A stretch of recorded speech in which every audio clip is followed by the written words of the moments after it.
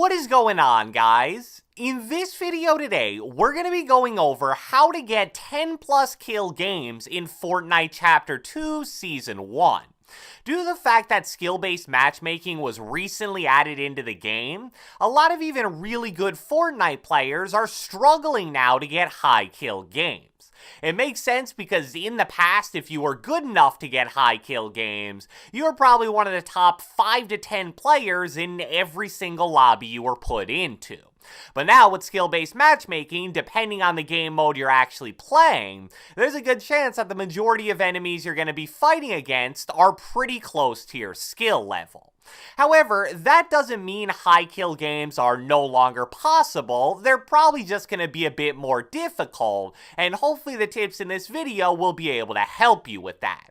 So without further ado, let's get right into it. Alright, so one of the first things that I always like to discuss in this type of video is how you should be navigating the map to find as many players as possible. And due to the fact that there's almost no mobility in the game right now, it's actually easier than ever to predict where players are going to congregate to in the majority of games.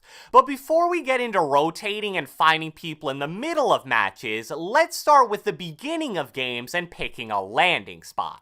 First off, I don't think that the new Fortnite map has any kind of equivalent to old Tilted Towers, where no matter what the bus path was, it was still going to be the most populated landing spot in about 90% of games. It's much more like the last 1 to 2 seasons, where you have 2 to 4 towns that are slightly more populated than all the others on the map, and whichever one of those towns is closest to the bus path, that's the town you want to land at. In Season X, those towns, at least in my opinion, were Salty, Pleasant, Moisty, and Tilted Town. And in Chapter 2 Season 1 so far, those towns seem to be Frenzy Farm, Slurpy Swamp, Lazy Lake, and Sweaty Sands.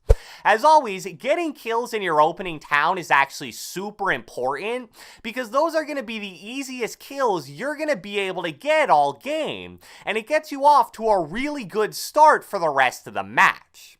Think about it like this: if you're going for a 10 plus kill game and you get 5 or 6 kills in your starting town, you can now be way more selective with the fights you take in the middle of the match. So once you hopefully clear out your starting town, this is where being smart and tactical are more important than any other part in the game.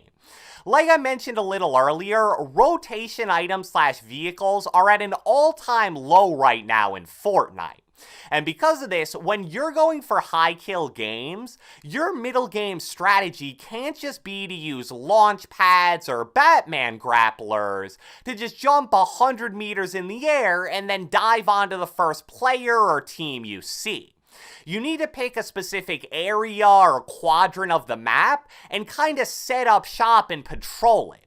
Luckily for Chapter 2 Season 1 so far, it's really as simple as this. The only mobility in the game right now is the boat, which although it does work on land, is definitely most effective in water. Luckily, at the beginning of the season, Fortnite added a bunch of different rivers throughout pretty much the entire map. And almost all of those rivers lead to one central body of water that just so happens to be in the absolute middle of the map. If that central lake with the island in the middle is inside the safe zone during any time after the first 5 or so minutes of the match, you can almost guarantee that players are going to be there, or at least in the immediate area.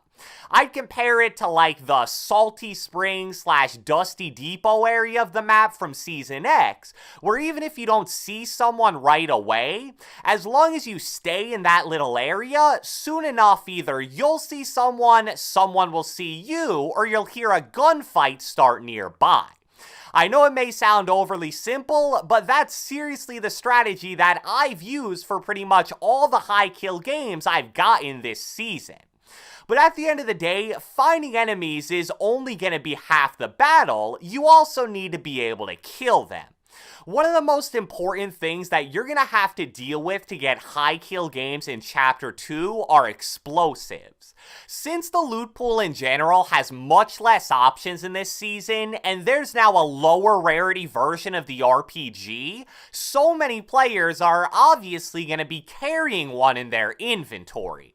It's the same thing with snipers, so you also need to make sure to worry about those, but at least in my opinion, I'm much more scared of the RPGs. In solos, even though the RPG will still be a strong option and relatively annoying to go against, it's probably not the end of the world since a single player can't really spam RPGs and rush you at the same time. But where this becomes super problematic is when you're going for a high kill game in duos or squads. And just as a quick kinda unrelated side note here, I actually think that squads is by far the easiest game mode to get high kill games in, because it seems like the skill-based matchmaking in that mode is way weaker than in solos or duos for whatever reason. But getting back to RPGs, there's nothing harder to deal with in the game right now than one or two players constantly spamming rockets at you while their teammate or teammates rush you. You almost never want to just keep building for high ground because all that's going to do is burn through your mats incredibly quickly. What you need to do instead is play aggressive and try to get into a close range engagement with the non-RPG players that are rushing you. As long as you stay in close proximity to them, the rockets being shot by their teammates are pretty much going to hurt them as much as they hurt you, because it'll prevent them from building up to get high ground over you. And then once you've either knocked those rushing players or at least forced them to box up and play passive, that's when you want to turn your focus to the RPGers. They're likely going to be peeking their upper body out over a ramp, just mindlessly shooting their RPG, so you can easily get 2 to 3 free shots on them with an AR with a high potential to hit headshots.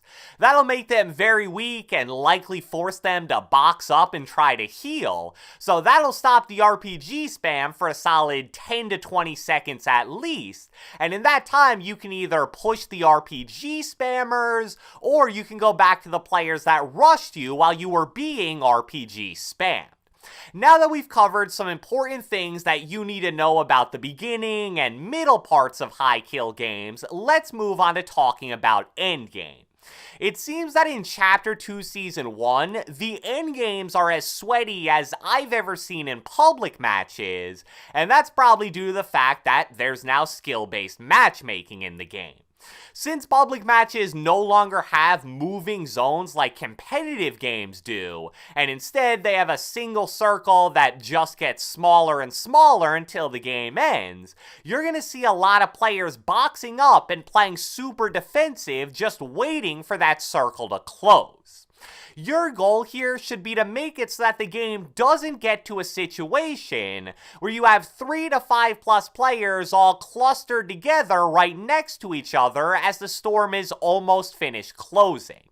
In those situations, there's just so much randomness and chaos going on around you that it basically just comes down to hoping that the random builds surrounding you are all yours. And if not, someone's probably going to make an edit play that you were never expecting, and you're going to end up dead. And there's nothing worse than having a lot of kills in a game and then dying to one of the final players alive. So I know it could be a little difficult to do in certain situations, but trust me here.